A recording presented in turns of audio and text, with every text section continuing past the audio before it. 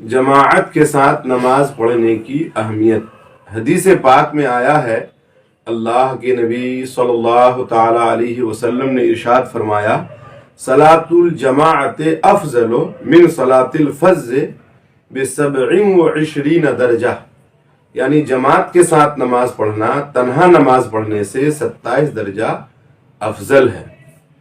اب اس کی اہمیت کا اندازہ آپ اس واقعہ سے لگا سکتے ہیں، جس کو امام ذہبی نے اپنی کتاب الکبائر کے اندر نقل فرمایا کہ حضرت عبید اللہ بن ارقواریری جو امام بخاری، امام مسلم اور امام ابو داؤد کے استاذ ہیں، وہ بیان کرتے ہیں کہ میں عشاء کی نماز جماعت کے ساتھ کبھی نہیں چھوڑا، یعنی زندگی میں عشاء کی نماز کی جماعت مجھ سے کبھی فوت نہیں ہوئی۔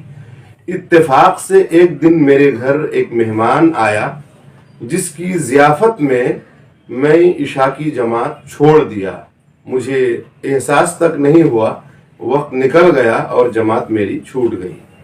پھر جب میں اپنے گھر سے نکلا تاکہ پاس کی کسی مسجد میں جماعت مل جائے، تو جتنی آس پاس مسجدیں تھیں تمام مسجدوں میں عشاء کی جماعت ہو چکی تھی، تو میں مایوس گھر واپس ہوا اور عشاء کی نماز کو 27 مرتبہ ادا کیا تاکہ جماعت کا فضل اور جماعت کا اجر مجھے حاصل ہو جائے۔ پھر میں حسب معمول سو گیا۔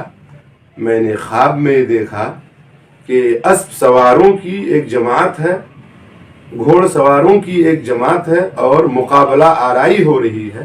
میں بھی اپنے گھوڑے پر سوار ہوں اور مقابلہ کے لیے کوشاں ہوں اور اپنے گھوڑے کو ایڑ لگا رہا ہوں تاکہ گھوڑ سواروں کے ساتھ مقابلہ میں شریک ہو جاؤں، لیکن میرا گھوڑا آگے بڑھ ہی نہیں پا رہا ہے، بلکہ وہ قافلہ والے جو اسب سواری میں گھوڑ دوڑ کے مقابلے میں شریک تھے وہ آگے بڑھتے جا رہے ہیں۔